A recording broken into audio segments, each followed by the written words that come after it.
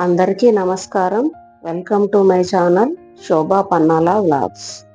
ఈరోజు మనము lemon juice preservation ఎలా చేసుకోవాలో తెలుసుకుందాం. ఈ లెమన్ జ్యూస్ కోసం నేను ఇంట్లో ఉన్న కొన్ని నిమ్మకాయలను తీసుకున్నానండి.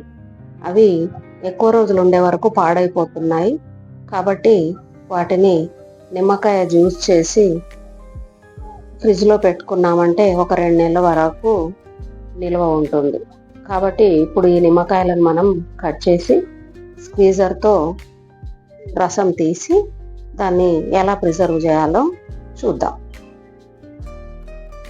నిమ్మరసాన్ని ఒక గిన్నెలోకి తీసుకున్నానండి.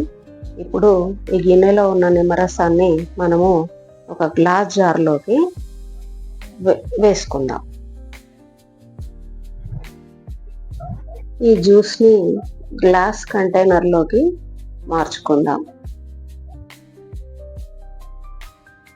స్క్వీజర్లోనే మనకు గింజలు అవి వెళ్ళిపోతాయి కాబట్టి జ్యూసు మంచిగానే ఉంటుంది. ఫిల్టర్ చేయాల్సిన అవసరం ఏముండదు. నిమ్మరసాన్ని జార్లో పోసిన తర్వాత అందులోనే సాల్ట్ వేసుకుందాం. ఒక టీ స్పూన్ నిండుగా తీసుకున్నాను నేను. కొంచెం కలపవలసిన అవసరం కూడా లేదు. అందులో వేసి అలాగే మూత పెట్టి ఫ్రిడ్జ్లో పెట్టుకున్నాము అంటే 2 నెలల వరకు పాడవకుండా ఉంటుంది. ఈ లెమన్ జ్యూస్ని మనము మటన్, చికెన్ మ్యారినేట్ చేయడానికి, లేదంటే జ్యూస్లలోకి కూడా ఎక్కడైనా కూరలలో నిమ్మరసం అవసరమైతే కూడా దీన్ని ఉపయోగించుకోవచ్చు.